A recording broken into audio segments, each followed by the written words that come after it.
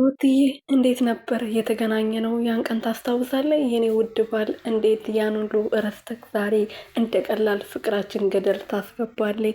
ያለፍንበት የመጣንበት ነገር በሙሉ ትረሳለህ ወይ? ከቤተሰቦቻችን ሸሽተን ብቻችን አንድ ፍራሽ ላይ የተኛንበትን ቀን ተረሳዋለህ ወይ ብላ እንግዲህ ሩትዬ በአዲስ ነገር መጥታለች ማለት ነው።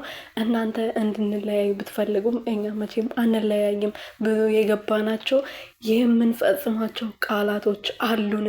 ቃላችን ደግሞ አንረሳም። እኛ የቃላችን መጀመሪያ ደግሞ ልጃችን ሆኗል። ገና ብዙ ነገር ይኖረናል አንድ ላይ። የኛ መለየት የምትፈልጉ አይዟችሁ፣ መቼም አንለያይም፣ አንገታችሁን ትደፋላችሁ።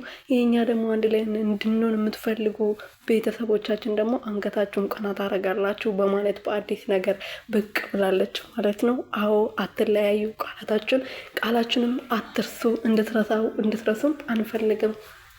እኔ እንደዛ ነው የሚሰማኝ ቤተሰብ